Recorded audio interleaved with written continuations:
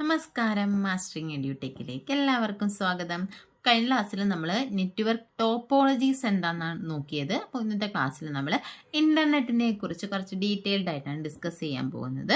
അപ്പോൾ ഇൻ്റർനെറ്റ് എന്ന് പറഞ്ഞാൽ എന്താ, നമ്മൾ നെറ്റ്വർക്ക് എന്താണെന്ന് പറഞ്ഞു. നെറ്റ്വർക്ക് എന്തായിരുന്നു? കുറേ കമ്പ്യൂട്ടേഴ്സിനെ തമ്മിൽ ഇൻ്റർ കണക്ട് ചെയ്തിരിക്കുന്നതിനെയാണ് എന്ത് പറയുന്നത്, നെറ്റ്വർക്ക് എന്ന് പറയുന്നത്.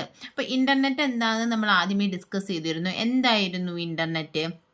ഇങ്ങനെയുള്ള ഒരുപാട് നെറ്റ്വർക്കുകളുടെ ഒരു കണക്ഷൻ, അല്ലെങ്കിൽ നെറ്റ്വർക്ക് ഓഫ് നെറ്റ്വർക്ക്, അല്ലെങ്കിൽ നെറ്റ്വർക്ക്സുകളെ തമ്മിൽ ഇന്റർ കണക്ട് ചെയ്തിരിക്കുന്നതാണ് ഇന്റർനെറ്റ് എന്ന് പറയുന്നത്.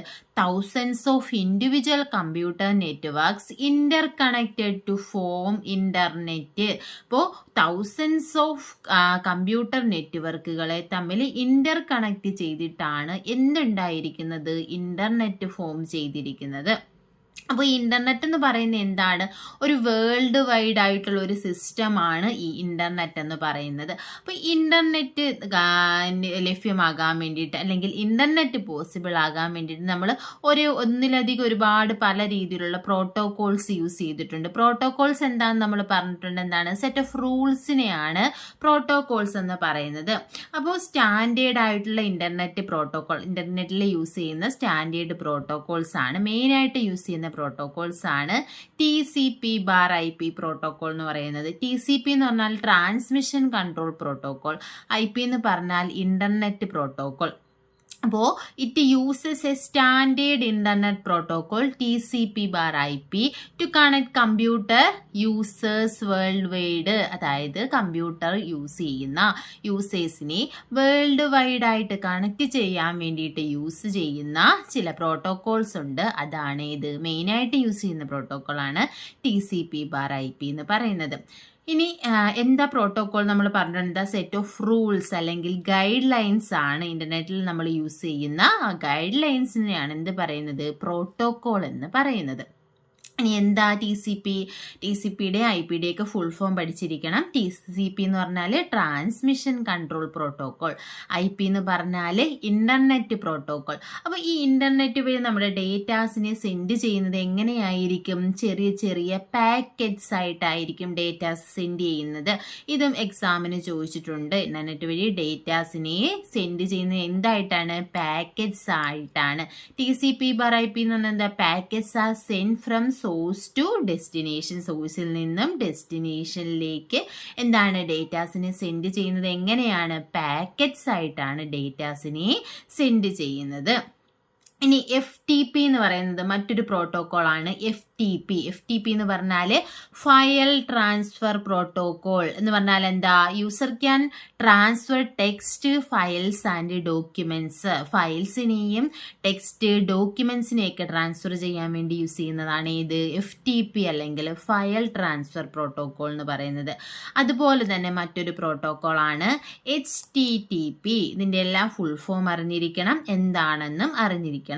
HTTP എന്ന് പറഞ്ഞാൽ ഹൈപ്പർ ടെക്സ്റ്റ് ട്രാൻസ്ഫർ പ്രോട്ടോകോൾ. എന്താണ്? Used to move hyper text link between 2 or more computers. Hyper text അല്ലെങ്കിൽ ലിങ്ക് ഒക്കെ നമുക്ക് ട്രാൻസ്ഫർ ചെയ്യാൻ വേണ്ടിയിട്ടാണ് ഏത് യൂസ് ചെയ്യുന്നത്? HTTP യൂസ് ചെയ്യുന്നത്. ഇനി നമ്മൾ ഇന്റർനെറ്റ് യൂസ് ചെയ്യുമ്പോൾ നമ്മൾ അറിയാതെ യൂസ് ചെയ്യുന്ന പ്രോട്ടോകോൾ ഏതാണെന്ന് ചോദിക്കും. ഏതാണ്? ഈ HTTP ആണ്, അല്ലെങ്കിൽ ഹൈപ്പർ ടെക്സ്റ്റ് ട്രാൻസ്ഫർ പ്രോട്ടോകോൾ ആണ് യൂസ് ചെയ്യുന്നത്. ഇപ്പോൾ ഏതെങ്കിലും അഡ്രസ്സൊക്കെ സെർച്ച് ചെയ്യുമ്പോൾ നിങ്ങൾക്ക് ഏറ്റവും മുകളിൽ അഡ്രസ് ബാറിൽ നോക്കിയാൽ കാണാൻ പറ്റും HTTP:// എന്ന് പറഞ്ഞായിരിക്കും നമ്മുടെ ആ ഒരു URL കാണിക്കുന്നത്. അപ്പോൾ HTTP എന്ന് പറഞ്ഞാൽ hyper text transfer protocol, FTP എന്ന് പറഞ്ഞാൽ ഫയൽ ട്രാൻസ്ഫർ പ്രോട്ടോകോൾ. എന്തുമായിട്ട് റിലേറ്റ് ചെയ്താണ്? ഫയൽസ് അല്ലെങ്കിൽ ഡോക്യുമെന്റ്സും ഒക്കെ ആയിട്ട് റിലേറ്റ് ചെയ്തതാണ് ഫയൽ ട്രാൻസ്ഫർ പ്രോട്ടോകോൾ. ഇനി നോക്കിയേ, ആരാണ് ഈ ഇന്റർനെറ്റിനെ മാനേജ് ചെയ്യുന്നത്? ഇന്റർനെറ്റിനെ മാനേജ് ചെയ്യുന്നത് ICANN എന്ന് പറയുന്ന ഒരു സംഘടനയാണ്. ICANN എന്ന് പറഞ്ഞാൽ internet corporation for assigned names and numbers. ഇത് എവിടെയാണ് സ്ഥിതി ചെയ്യുന്നത്? USA സ്ഥിതി ചെയ്യുന്നത്. അപ്പോൾ internet is managed by ICANN എന്ന് പറഞ്ഞാൽ internet corporation for assigned names and numbers. എന്തിനൊക്കെയാണ് മാനേജ് ചെയ്യുന്നത്? IP അഡ്രസ് അസൈൻ ചെയ്യുന്നു, അതുപോലെ തന്നെ ഡൊമൈൻ നെയിം രജിസ്ട്രേഷൻ, ഇതെല്ലാം എന്തുമായിട്ട് ബന്ധപ്പെട്ടിരിക്കുന്നു? ഐക്യാനുമായിട്ട് ബന്ധപ്പെട്ടിരിക്കുന്നു. ഇനി നോക്കിയേ, ഇത് തമ്മിലുള്ള ഇന്റർനെറ്റ് വഴിയുള്ള ഡേറ്റ ട്രാൻസ്ഫർ എന്ന് പറയുന്നത് എങ്ങനെയായിരിക്കും? വളരെ ഫാസ്റ്റ് ആയിരിക്കും. എന്തുകൊണ്ടാണ്? ഇത് ഡേറ്റാസിനെ സെൻഡ് ചെയ്യുന്നത് ഏത് ഫോമിലാണ്? സീറോസ് ആൻഡ് വൺസിന്റെ ഫോമിലാണ്, അല്ലെങ്കിൽ ബൈനറി ഫോമാണ്. അതായത് ഡേറ്റാസിനെ എല്ലാം ചെറിയ ചെറിയ സ്മോൾ പീസസ് ആയിട്ട് ഡിവൈഡ് ചെയ്തിരിക്കുന്നു. അതിന് നമ്മൾ എന്ത് പറയും? പാക്കറ്റ്സ് എന്ന് പറയും. നമ്മൾ നേരത്തെ പറഞ്ഞു ഇന്റർനെറ്റ് വഴി ഡേറ്റാസ് ട്രാൻസ്ഫർ ചെയ്യുന്നത് ഏത് ഫോമിലാണ്? പാക്കറ്റ്സ് ആയിട്ടാണ് ഡേറ്റാസിനെ സെൻഡ് ചെയ്യുന്നത്. എക്സാം എന്നത് ചോദിച്ചിട്ടുണ്ട്. അപ്പോൾ ഇന്റർനെറ്റ് വഴി വളരെ സ്പീഡിലാണ് ഡേറ്റാസ് എന്ത് ചെയ്യുന്നത്? ട്രാൻസ്ഫർ ചെയ്യുന്നത്. കാരണം എന്താ? ഡേറ്റാസിനെ ട്രാൻസ്ഫർ ചെയ്യുന്നത് ഏത് ഫോമിലാണ്? ബൈനറി ഫോമിലാണ്. ബൈനറി ഫോം എന്ന് പറഞ്ഞാൽ സീറോസ് ആൻഡ് വൺസ് യൂസ് ചെയ്തിട്ടാണ് ബൈനറി ഡേറ്റാസ് റെപ്രസെന്റ് ചെയ്യുന്നത്. നമ്മൾ പറഞ്ഞിട്ടുണ്ട് മെഷീൻ ലാംഗ്വേജ് എന്ന് പറയുന്നത് ഏത് രീതിയിലാണ്? സീറോസ് ആൻഡ് വൺസിന്റെ ഫോമിലായിരിക്കും. മെഷീൻ ഡിപ്പെൻഡന്റ് ആയിരിക്കും. കമ്പ്യൂട്ടറിന് മനസ്സിലാകുന്ന ലാംഗ്വേജ് ആണ് മെഷീൻ ലാംഗ്വേജ്. അപ്പോൾ ഈ ബൈനറി ഫോമിലായിരിക്കും ഇന്റർനെറ്റ് വഴി ഡേറ്റാസിനെ സെൻഡ് ചെയ്യുന്നത്. ഇനി നോക്കിയേ, ഏൻഷ്യൻ ഫോം ഓഫ് ഇന്റർനെറ്റ്. ഇന്റർനെറ്റിന്റെ ഏൻഷ്യൻ ഫോം എന്നറിയപ്പെടുന്നത് ഏതാണ്? ആർപ്പാനെറ്റ് ആണ് ഏൻഷ്യൻ ഫോം ഓഫ് ഇന്റർനെറ്റ് എന്നറിയപ്പെടുന്നത്.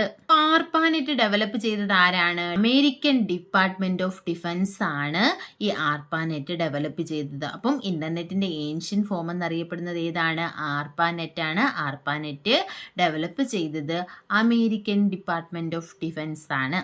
ഇനി internet in India was started by, ഇന്ത്യയിലെ ഇന്റർനെറ്റ് സ്റ്റാർട്ട് ചെയ്തത് ആരാണ്?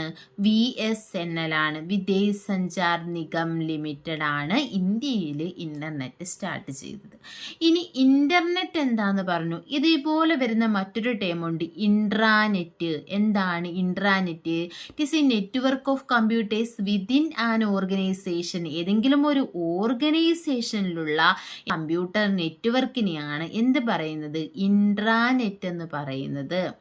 ഇനി എക്സ്ട്രാനെറ്റ്. എന്താണ് extranet? Network within an organization. ഒരു ഓർഗനൈസേഷനിലുള്ള നെറ്റ്വർക്ക് ആയിരിക്കും.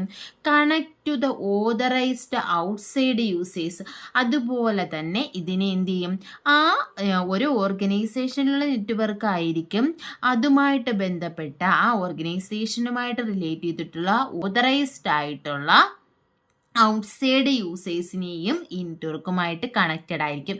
അതാണ് എക്സ്ട്രാനെറ്റ് എന്ന് പറയുന്നത്. അപ്പം ഇൻട്രാനെറ്റും എക്സ്ട്രാനെറ്റും തമ്മിൽ ഡിഫറൻസ് ഉണ്ട്. ഇൻട്രാനെറ്റ് എന്ന് പറഞ്ഞാൽ ഒരു ഓർഗനൈസേഷനകത്തുള്ള നെറ്റ്വർക്ക് ഓഫ് കമ്പ്യൂട്ടേഴ്സിനെ ആണ് എന്ത് പറയുന്നത്? ഇൻട്രാനെറ്റ് എന്ന് പറയുന്നത്. എക്സ്ട്രാനെറ്റ് എന്ന് പറഞ്ഞാൽ എന്താ? ഓർഗനൈസേഷനകത്തുള്ള നെറ്റ്വർക്ക് ആയിരിക്കും. ഇതെന്താണ്? ഇതിന് ആ ഓർഗനൈസേഷനിൽ ഔട്ട്സൈഡിൽ ആരുണ്ടായിരിക്കും? ഓതറൈസ്ഡ് ആയിട്ടുള്ള യൂസേഴ്സ് ഉണ്ടായിരിക്കും. അവരും ഇതുമായിട്ട് കണക്റ്റഡ് ആയിരിക്കും. അതാണ് ഏതെന്ന് പറയുന്നത്? എക്സ്ട്രാനെറ്റ് എന്ന് പറയുന്നത്. ഇനി നോക്കിയേ, ക്ലൈന്റ് ആൻഡ് സെർവർ. നമ്മൾ ഇന്റർനെറ്റ് അല്ലെങ്കിൽ നെറ്റ്വർക്കൊക്കെ യൂസ് ചെയ്യുമ്പോൾ എപ്പോഴും കേൾക്കുന്ന രണ്ട് ടേംസ് ആണ് ക്ലൈന്റും സെർവറും. എന്താണ് ക്ലൈന്റ്? എന്താണ് സെർവർ? ക്ലൈന്റ് എന്ന് പറഞ്ഞാൽ എന്താണ്? നമ്മൾ യൂസേഴ്സ് ആയിരിക്കും ക്ലൈൻറ്റ്സ്. നമുക്ക് എന്തെങ്കിലും ആവശ്യമുണ്ടെങ്കിൽ നമ്മൾ അതങ്ങോട്ട് റിക്വസ്റ്റ് കൊടുക്കും. റിക്വസ്റ്റ് കൊടുക്കുമ്പോൾ സെർവർ എന്ത് ചെയ്യും? അതിനുള്ള റെസ്പോൺസ് നമുക്ക് തിരിച്ചു തരും. അപ്പോൾ നമുക്കൊരു പേജ് വേണം, ഏതെങ്കിലും ഒരു പേജ് സെർച്ച് ചെയ്യണം.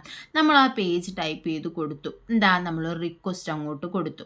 അപ്പോൾ സെർവറിൽ ഇതുണ്ടോ എന്ന് നോക്കും. ഉണ്ടെങ്കിൽ സെർവറിൽ സെർച്ച് ചെയ്തിട്ട് ആ പേജിനെ എടുത്ത് നമുക്ക് കൊണ്ടുതരും. അപ്പോഴാണ് ആ ഒരു റെസ്പോൺസ് നമുക്ക് സെർവറിൽ നിന്നും ആ ഒരു റെസ്പോൺസ് കിട്ടും. ആ പേജ് ഉണ്ടെങ്കിൽ അത് നമുക്ക് ഡിസ്പ്ലേ ആകും. അപ്പോൾ അതാണ് ക്ലൈന്റ് ആൻഡ് സെർവർ. അപ്പോൾ റിക്വസ്റ്റ് ചെയ്യുന്നത് ആരാണ്? ക്ലൈന്റ് സെർവറിലോട്ട് റിക്വസ്റ്റ് ചെയ്യും. ആ സെർവറാണ് അതിനുള്ള റെസ്പോൺസ് തിരിച്ചു തരുന്നത്. ഇതാണ് രണ്ട് ടേംസ്, ക്ലൈന്റ് ആൻഡ് സെർവർ. ഇനി നമുക്ക് നോക്കാനുള്ളത് ഇമെയിലാണ്. ഇമെയിൽ എന്ന് പറഞ്ഞാൽ എന്താ? ഇലക്ട്രോണിക് മെയിൽ അല്ലേ? എന്താണ്? Digital messages. നമ്മൾ മറ്റൊരാൾക്ക് സെൻഡ് ചെയ്യാൻ വേണ്ടി യൂസ് ചെയ്യുന്ന ഡിജിറ്റലി അല്ലെങ്കിൽ കമ്പ്യൂട്ടേഴ്സ് യൂസ് ചെയ്തിട്ട് നമ്മൾ സെൻഡ് ചെയ്യുന്ന മെസ്സേജസ് അല്ലെങ്കിൽ ഇലക്ട്രോണിക് മെയിൽ എന്ന് പറയും. ഇതാണ് ഇമെയിൽ. ഇമെയിൽ എന്ന് പറഞ്ഞാൽ it is a digital message from an author to one or more recipient, ഒരാൾക്ക് മാത്രമാണോ നമുക്കത് അയക്കാൻ പറ്റുന്നത്? അല്ല, ഒന്നിൽ അധികം ആൾക്കാർക്ക്, ഒന്നോ അതിലധികമോ ആൾക്കാർക്ക് ഒരാൾ അയക്കുന്ന ഡിജിറ്റലായിട്ടുള്ള മെസ്സേജിനെയാണ് ഇമെയിൽ എന്ന് പറയുന്നത്. അപ്പം ഇമെയിൽ എന്ന് പറയുന്നത് ആദ്യമായിട്ട് ഇൻട്രൊഡ്യൂസ് ചെയ്തത് ആരാണ്? റേ ടോമിൽസൺ ആണ്. ഇതും എക്സാമിന് ചോദിച്ചിട്ടുള്ളതാണ്. ഇമെയിൽ ഇൻട്രൊഡ്യൂസ് ചെയ്തത് ആരാണ്? റേ ടോമിൽസൺ ആണ്.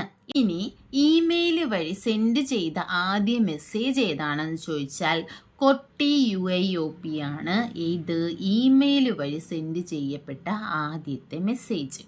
ഇനി നോക്കിയേ, ജിമെയിൽ എന്താണ്? ഗൂഗിളിൻ്റെ ഇമെയിൽ അല്ലെങ്കിൽ ഗൂഗിള് പ്രൊവൈഡ് ചെയ്തിരിക്കുന്ന ഇമെയിൽ സർവീസിനെ ആണ് ജിമെയിൽ എന്ന് പറയുന്നത്. അതുപോലെ തന്നെ ഹോട്ട്മെയിൽ ഉണ്ട്. ഹോട്ട്മെയിൽ ആരുടെയാണ്? മൈക്രോസോഫ്റ്റ് പ്രൊവൈഡ് ചെയ്തിരിക്കുന്ന ഇമെയിൽ സർവീസാണ് ഹോട്ട്മെയിൽ എന്ന് പറയുന്നത്. അപ്പോൾ ജിമെയിൽ ആരുടെയാണ്? ഗൂഗിളിൻ്റെയാണ്. ആ പേരിൽ തന്നെ ഉണ്ട് ഗൂഗിളിൻ്റെയാണ് ജിമെയിൽ. ഹോട്ട്മെയിൽ എന്ന് പറയുന്നത് മൈക്രോസോഫ്റ്റിൻ്റെ ആണ്. അതുപോലെ തന്നെ ഇതിനെ പിന്നീട് റീനെയിം ചെയ്തിട്ടുണ്ട്. എങ്ങനെയാണ്? outlook.com എന്നതിനെ റീനെയിം ചെയ്തിട്ടുണ്ട്. ഈ ഹോട്ട്മെയിൽ ഇൻവെൻറ്റ് ചെയ്തത് ആരൊക്കെയാണ്? Sabeer Bhatia and Jack Smith ആണ്. അപ്പോൾ ഇമെയിൽ കൊണ്ടുവന്നത് റേ ടോമിൽസൺ ആണ്. ജിമെയിൽ എന്ന് പറയുന്നത് ഗൂഗിളിൻ്റെ ഇമെയിൽ സർവീസാണ്. ഹോട്ട്മെയിൽ എന്ന് പറയുന്നത് മൈക്രോസോഫ്റ്റ് പ്രൊവൈഡ് ചെയ്ത ഇമെയിൽ സർവീസാണ്. ഇതിനെ റീനെയിം ചെയ്തിരിക്കുന്ന ഏത് പേരിലാണ്? outlook.com എന്നാണ്. ഇത് ഇൻവെൻറ്റ് ചെയ്തത് ആരൊക്കെയാണ്? Sabeer Bhatia and Jack Smith ആണ്. ഇതാണ് ആദ്യത്തെ first free email service for പബ്ലിക്കിന് വേണ്ടിയിട്ടുള്ള ആദ്യത്തെ ഫ്രീ ആയിട്ടുള്ള ഇമെയിൽ സർവീസ് എന്ന് പറയുന്നത് ഇതാണ്.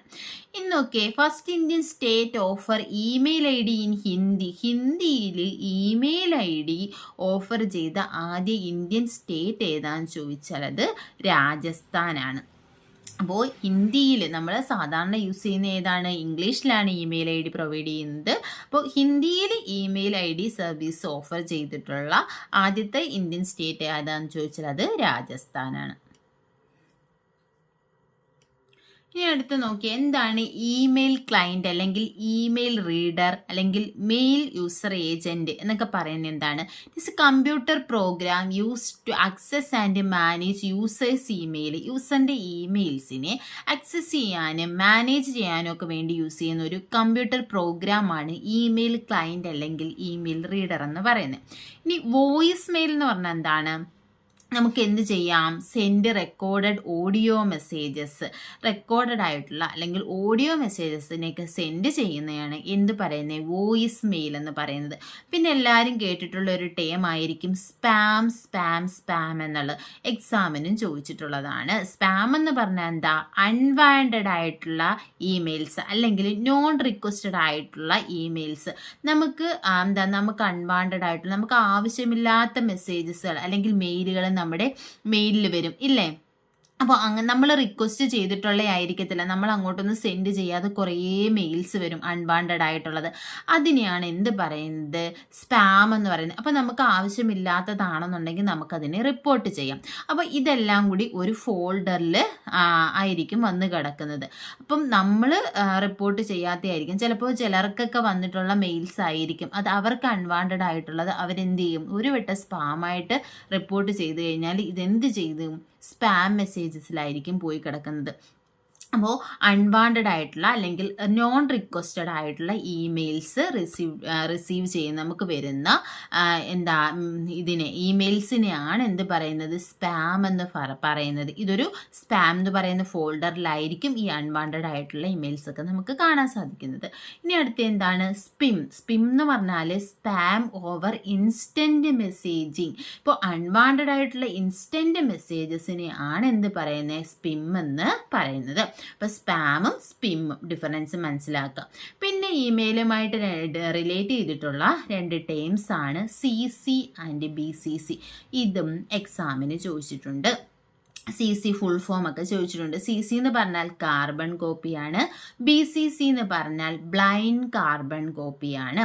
ഇപ്പോൾ ഇതെന്താണ്? Used to send copies of email to other recipient. നമ്മുടെ ഇമെയിൽസിന്, നമ്മൾ സെൻഡ് ചെയ്യുന്ന ഇമെയിൽസിൻ്റെ കോപ്പീസ് ഒന്നിലധികം റെസിപ്പിയൻസിന് സെൻഡ് ചെയ്യണമെങ്കിലാണ് നമ്മൾ ഏത് യൂസ് ചെയ്യുന്നത്? CC അല്ലെങ്കിൽ BCC യൂസ് ചെയ്യുന്നത്. അപ്പം CCയും BCCയും തമ്മിലുള്ള ഡിഫറൻസ് എന്താണെന്ന് ചോദിച്ചാൽ, CC എന്ന് പറഞ്ഞാൽ recipients can see the address of those listed under this field. അപ്പോൾ നമ്മൾ അയക്കുന്ന റെസിപ്പിയൻസിന് എന്ത് ചെയ്യാം? ആ ഫീൽഡിൽ ആർക്കൊക്കെ ഈ മെസ്സേജസ് പോയിട്ടുണ്ടോ അവയുടെ എല്ലാം എന്ത് കാണാൻ പറ്റും? അഡ്രസ്സ് കാണാൻ പറ്റും. BCC എന്ന് പറഞ്ഞാൽ recipients in the to and CC field won't know who else receive the email. BCC എന്ന് പറഞ്ഞാൽ ടു ഫീൽഡിലോ CC ഫീൽഡിലോ ഒക്കെ നമ്മൾ ഏതെങ്കിലും റെസിപ്പിയൻസിൻ്റെ അഡ്രസ്സ് കൊടുത്തിട്ടുണ്ടെങ്കിൽ അതൊന്നും ആർക്ക് കാണാൻ പറ്റത്തില്ല? റെസിപ്പിയൻസിന് കാണാൻ പറ്റത്തില്ല. അതാണ് CCയും BCCയും തമ്മിലുള്ള ഡിഫറൻസ്. അപ്പോൾ CCയുടെ ഫുൾ ഫോം എന്ന് പറഞ്ഞാൽ കാർബൺ കോപ്പി, BCC എന്ന് പറഞ്ഞാൽ ബ്ലൈൻഡ് കാർബൺ കോപ്പി. അപ്പം ഇത്രയുമാണ് ഇമെയിലുമായിട്ട് റിലേറ്റ് ചെയ്തിട്ടുള്ള പ്രധാനപ്പെട്ട ടോപ്പിക്കുകൾ. നമ്മൾ ഇൻ്റർനെറ്റ് എന്താണെന്നും അതുപോലെ തന്നെ പ്രോട്ടോകോൾസ്, മെയിനായിട്ടുള്ള പ്രോട്ടോകോൾസ് ഏതൊക്കെയാണ്, ഇമെയിൽ എന്താണ്, അത്രയുമാണ് ഇന്നത്തെ ക്ലാസ്സിൽ ഡിസ്കസ് ചെയ്തത്. അപ്പോൾ ക്ലാസ്സിൽ ഇഷ്ടപ്പെടുകയാണെന്നുണ്ടെങ്കിൽ നിങ്ങൾ ലൈക്ക് ചെയ്യുക, ഷെയർ ചെയ്യുക, സബ്സ്ക്രൈബ് ചെയ്യുക. അതുപോലെ തന്നെ നമ്മുടെ ക്ലാസ്സിൻ്റെ PDF നോട്ട്സ് ആവശ്യമായിട്ടുള്ളവർ നമ്മുടെ ടെലഗ്രാം ചാനലിൽ ജോയിൻ ചെയ്യുക. ചാനലിൻ്റെ ലിങ്ക് ഞാൻ ഡിസ്ക്രിപ്ഷനിൽ കൊടുത്തിരിക്കാം. Thank you.